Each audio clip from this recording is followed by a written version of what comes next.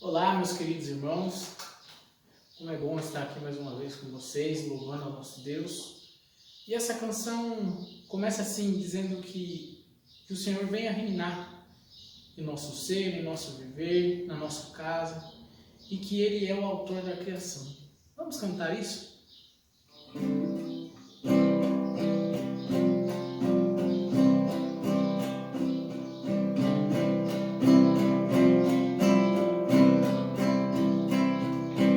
Reina sobre o meu ser, reina sobre o meu viver e sobre o meu lar.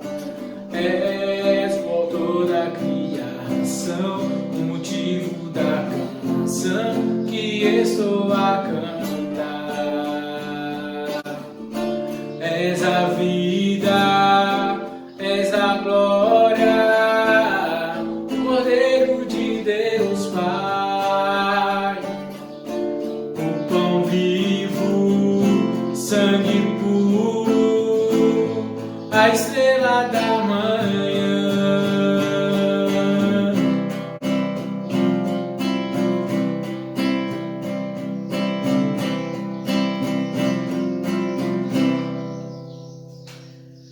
Reina sobre o meu ser, reina sobre o meu viver e sobre o meu lar. És o autor da criação, o motivo da canção que estou a cantar. És a vida, és a glória, o Cordeiro de Deus Pai, o pão vivo, sangue puro, a estrela da manhã. És digno de glória e de louvor, Cordeiro bendito do Senhor. És digno de glória e de louvor, Cordeiro bendito do Senhor.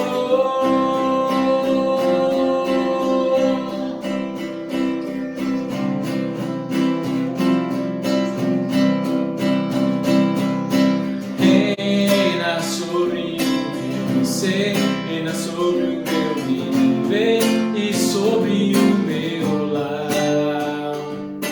És o autor da criação, o motivo da canção que estou a cantar. És a vida, és a glória, o Cordeiro de Deus Pai, o pão vivo, sangue puro, a estrela da manhã. És digno de glória e de louvor, Cordeiro bendito do Senhor.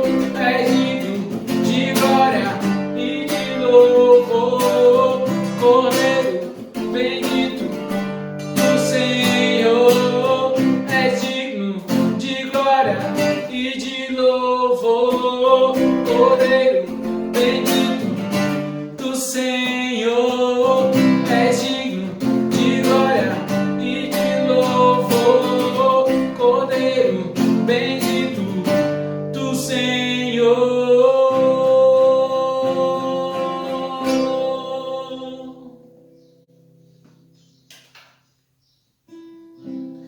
Próxima canção se chama Perdão e Graça.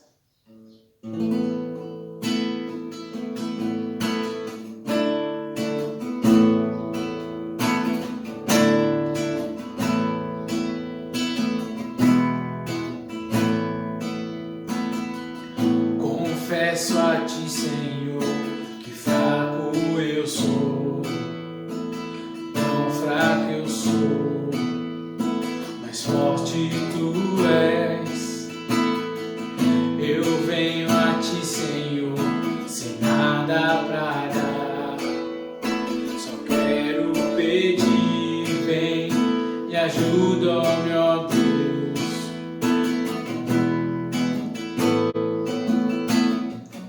Um coração quebrantado e humilde, não rejeita, Senhor. Estenda-me tua graça e deixe teu amor fluir. Por misericórdia nós clamamos, faz chover perdão e graça sobre mim, perdão e graça, e lava-me, Senhor, pois hoje eu preciso do teu amor. Faz chover perdão e graça sobre mim, perdão e graça, e lava-me, Senhor, pois hoje eu preciso do teu amor. Confesso a ti, Senhor, que fraco eu sou, tão fraco eu sou, mas forte tu és. Eu venho a ti, Senhor, sem nada pra dar, só quero pedir, vem e ajuda-me, ó Deus.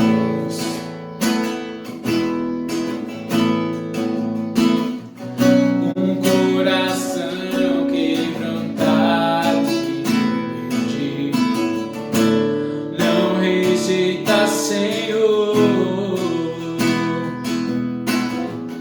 Estenda-me tua graça e deixe teu amor fluir.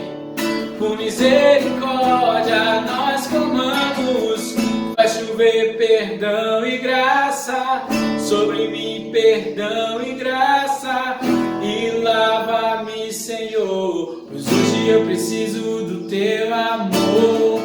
Faz chover perdão e graça sobre mim, perdão e graça, e lava-me, Senhor, pois hoje eu preciso do teu amor.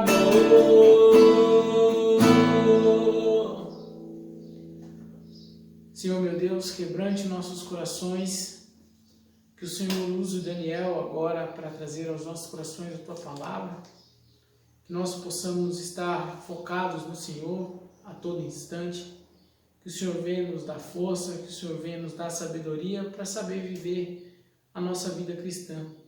É isso que eu peço ao Senhor, em nome de Jesus. Amém.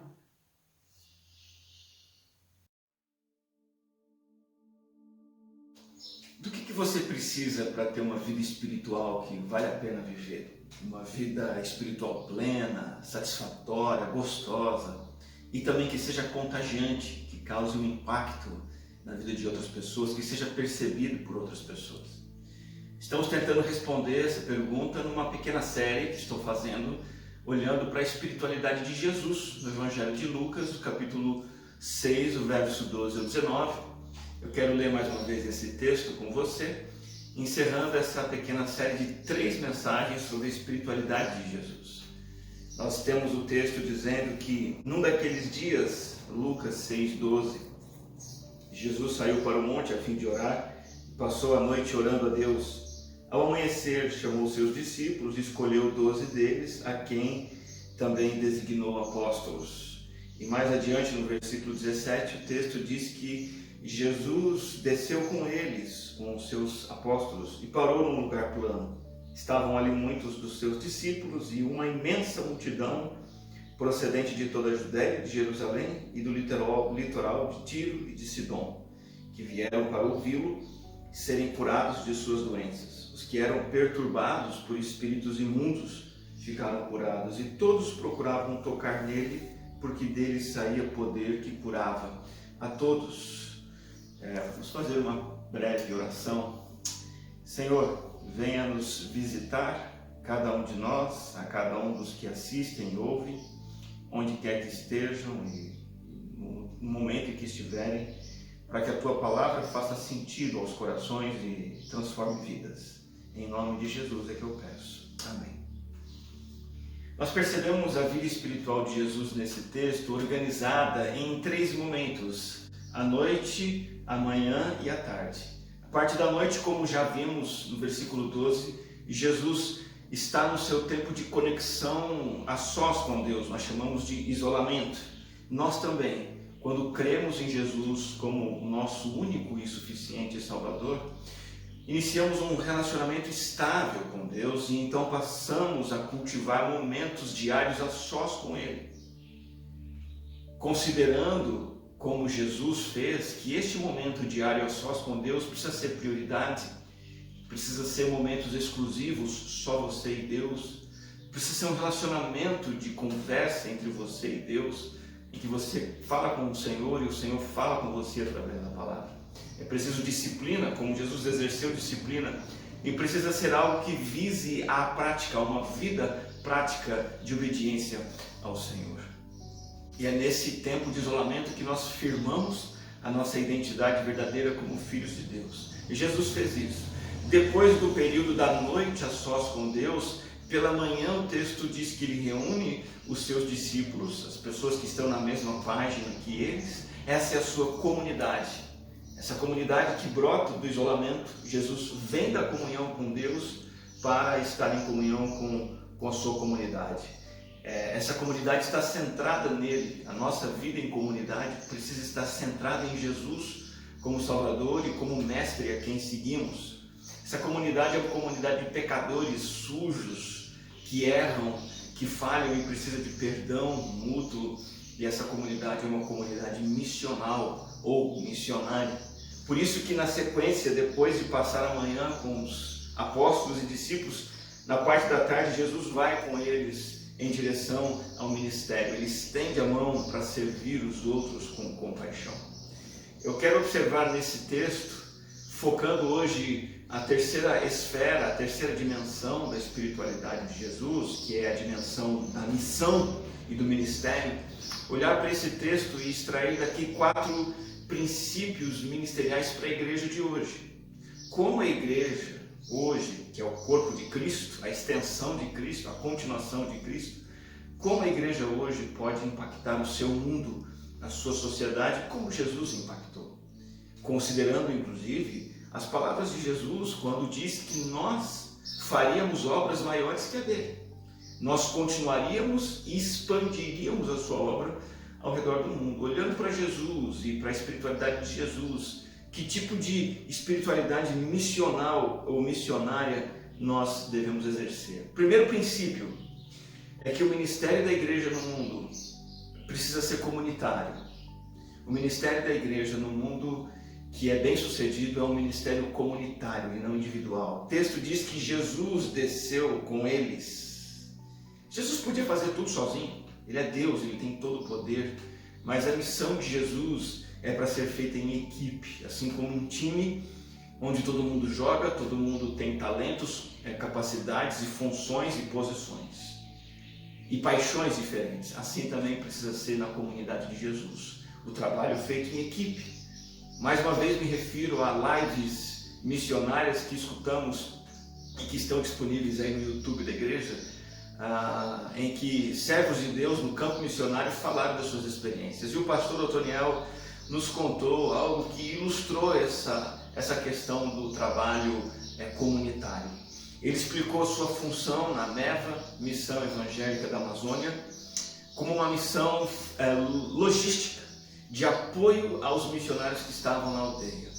Então há missionários morando em aldeias, ali pregando o evangelho, discipulando, mas sem o trabalho do pastor Otoniel e outros membros de equipe de apoio, transportando carga, levando e trazendo medicamentos, levando índios para o hospital, levando o missionário até o avião, buscando o missionário para um tempo de descanso. Enfim, todo esse suporte de apoio faz parte do trabalho entre os índios. É um ministério da igreja comunitário. Nós vemos aqui em Morungaba exemplos claros disso. Por exemplo, nos anos anteriores à pandemia, 2019 e 2018, nossa igreja, Fonte Morungaba, conseguiu atingir muitos alunos através do projeto Escolhas. Todas as salas dos novos anos estavam sendo impactadas pelo trabalho desse projeto. Tínhamos ali 5, 6 professores voluntários trabalhando e dividindo a carga. Nós temos socorrido pessoas carentes e famílias carentes, o que envolve toda a igreja, doando, orando, levando, visitando. Nós temos o nosso projeto Pão Diário, que anualmente tem o objetivo de entregar pelo menos 100 ou 200 de exemplares do Pão Diário para pessoas da cidade. Esse trabalho é feito por vários de nós. Ações com os policiais, como entrega de cestas básicas, cestas de Natal, visitação, são trabalhos feitos em equipe. Trabalhos que a nossa igreja já fez e continua fazendo na cidade, apresentações musicais, palestras, eventos para crianças como Tarde Legal, Acampa Dentro, quando reunimos uma porção de crianças dentro da própria igreja, Festival da Pizza, várias outras ações de alcance do mundo que envolve várias pessoas, muita gente engajada e cada uma delas às vezes com uma pequena contribuição. O ministério da igreja é comunitário, é coletivo. Até as ações que nós achamos que são individuais, como por exemplo o evangelismo pessoal, também requerem, exigem o apoio da comunidade. Precisa da igreja orando para que você possa evangelizar alguém, aconselhar alguém, para que você seja encorajado e você mesmo precisa estar integrado na igreja e sendo fortalecido para fazer um trabalho individual. Quem faz parte desse trabalho coletivo? Muitos pensam assim, os outros, a equipe de trabalho da igreja são os outros. Não, você faz parte. Se você é da igreja de Jesus Cristo, você é parte do corpo de Cristo, que tem a tarefa de se unir aos demais nessas ações. O vínculo com a igreja é indispensável para esse ministério no mundo. Estar junto é o que nos fortalece para trabalhar e enfrentar os desafios e suprir as necessidades. Portanto, é preciso de fato que você esteja convivendo com a sua igreja, aos cultos, aos grupos da igreja, se relacionando com as pessoas da igreja, orando com elas, para que juntos o trabalho no mundo seja feito. E sabe, ministrar em comunidade é muito mais empolgante, é muito mais efetivo e muito mais encorajador. Portanto, o primeiro princípio para o ministério da igreja no mundo é que esse ministério é comunitário. Esse texto nos mostra um segundo princípio, que é o princípio de que o ministério da igreja no mundo é intencional. Eu gosto de ver Jesus descendo no versículo 17 para um lugar plano, onde estavam ali discípulos e multidões. A igreja, para ser efetiva na sua missão no mundo, ela não deve esperar que o necessitado bata a sua porta. Ela intencionalmente precisa dirigir-se às pessoas. Ela, como igreja de Jesus, pergunta o que as pessoas precisam e não espera que as pessoas peçam ajuda. Nós vamos e convidamos para virem e não apenas esperamos que as pessoas peçam para vir até nós. Nós temos que tomar muito cuidado aqui com a síndrome dos religiosos dos dias de Jesus. Aqueles que deveriam cuidar dos necessitados, na parábola do bom samaritano, Jesus conta, são aqueles que veem o necessitado no chão e passam de largo, passam ao longe. Estão com medo de pessoas que precisam de ajuda, talvez acham que não têm recursos para ajudar, preferem evitar o contato, se desviam daquele que é necessitado. Muito cuidado com isso. A igreja não pode se desviar dos necessitados, mas intencionalmente se aproximar deles. E sabe o que precisa? Uma coisa muito simples e muito difícil. Precisa de um coração, ou seja, uma motivação reorientado de uma vida centrada em si mesmo para uma vida voltada para outros. Que o Senhor possa reorientar o nosso coração para que nós deixemos de pensar e viver para nós mesmos e como igreja pensarmos e vivemos para aqueles que necessitam de ajuda. Quando a igreja ou quando as pessoas da igreja visam tão somente o bem-estar de quem está dentro dela, essa igreja, essas pessoas perdem a sua missão e perdem a sua identidade. E a tragédia dessa igreja, o escândalo dessa igreja vai ser apenas uma questão de tempo.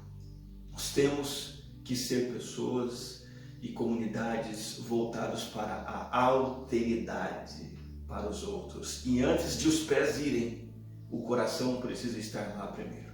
Antes das mãos agirem, as orações já precisam estar sendo feitas. E note que é interessante que Jesus, ele não somente vai até essas pessoas e onde estão as pessoas que necessitam, mas ele se detém ali. Ele para ali, e a ideia aqui do texto é que ele fica um longo tempo ministrando, ele reservou um longo período de tempo para estar com aquelas pessoas. Você e eu, tanto individualmente como igreja, precisamos nos dirigirmos às pessoas e darmos tempo a elas, estar com elas, ouvi-las e ajudá-las. Então, o ministério da igreja é efetivo. Em primeiro lugar, ele é um ministério comunitário. Em segundo lugar, ele é intencional. Em terceiro lugar, o ministério da igreja no mundo é evangelístico, no sentido literal da palavra. Ele é evangelístico, ele envolve comunicar a boa notícia, anunciar a palavra de Deus. Quando a igreja abre mão disso, ela deixa de cumprir a missão de Jesus. O texto diz que as pessoas vieram para ouvi-lo. Jesus, em essência, foi um pregador, e a igreja deve ser uma pregadora. Jesus, na essência do seu ministério, ele proclamou boas novas. Em Marcos 1,15, ele começa o seu ministério proclamando o arrependimento e a fé para a salvação. Ele continua o seu ministério pregando em Samaria, em João capítulo 4, versículo 41, e Jesus anuncia a palavra para o povoado inteiro de Samaria. No final do seu ministério, nós encontramos Jesus ensinando no templo, ensinando aos seus discípulos, proclamando a mensagem, o ministério de pregação da palavra. E quando Jesus parte para a glória celestial após ressuscitar, ele encarrega a sua comunidade de quê? De proclamar a palavra dele no mundo todo. Vão e preguem o evangelho a toda a criatura. A palavra de Deus é o que o mundo mais precisa, porque a palavra de Deus é viva e eficaz. Na mensagem que está na Bíblia é uma mensagem espiritual, não humana, uma mensagem espiritual poderosa, uma semente que gera vida de dentro para fora nas pessoas que ouvem e acolhem essa mensagem. A palavra de Deus é como a chuva que rega, a chuva que faz fecundar a terra e que faz brotar vida espiritual nas pessoas. A nossa missão essencial é essa: anunciar o evangelho, e as pessoas que quiserem ouvir, ouvirão e serão transformadas. Anunciar que todos pecaram e estão destituídos da glória de Deus. Anunciar que Jesus Cristo morreu pelos pecadores para pagar o preço dos seus pecados e que Ele ressuscitou para dar vida, para que essas pessoas tenham um relacionamento verdadeiro com Deus. Anunciar que é preciso arrepender-se dos pecados e crer em Jesus para obter a salvação eterna. Para quem que você pode anunciar essa mensagem? Essa semana mesmo. Qual pessoa que ainda não conhece, não entende essa palavra? O ministério da igreja no mundo é um ministério evangelístico. E esse ministério eficaz, ele é comunitário, ele é intencional, ele é efetivo, ele é evangelístico. E para ser efetivo, por fim, ele tem que ser um ministério que eu diria terapêutico, um ministério de cura, um ministério de socorro. O texto diz que as pessoas eram curadas de suas doenças, de Jesus saía poder para curar a todos e que Jesus se compadecia daqueles que sofriam e socorria as pessoas. Jesus tinha compaixão, ele sentia em si mesmo as dores dos outros, as necessidades dos outros e fazia o que podia fazer. Mas nós podemos pensar assim: com Jesus tem todo o poder, dele sai poder que curava as pessoas, ele expulsava os espíritos malignos. E nós dizemos assim: não, as necessidades das pessoas para mim são maiores do que eu posso suprir, porque eu não sou Jesus. Mas faça o mesmo que Jesus fez, ofereça o que você tem. Até porque é importante entender que o ministério de cura de Jesus não é para ser reproduzido hoje. O ministério de cura de Jesus tinha um aspecto messiânico, de autenticação da sua identidade. No Evangelho de João, capítulo 7, 8 e 9, Jesus faz alguns milagres que evidenciam que ele era o Messias, mas os fariseus e seus oponentes rejeitavam essas evidências. Veja, Jesus afirmou sua identidade, estabeleceu a base da fé cristã, ele e seus apóstolos e sua palavra, através do ministério extraordinário de cura. Mas nós podemos oferecer o que temos e deixar que Deus se encarregue do resto. mesmo não tendo dom de cura, de sinais miraculosos, nós temos tempo para as pessoas. Por que não oferecemos?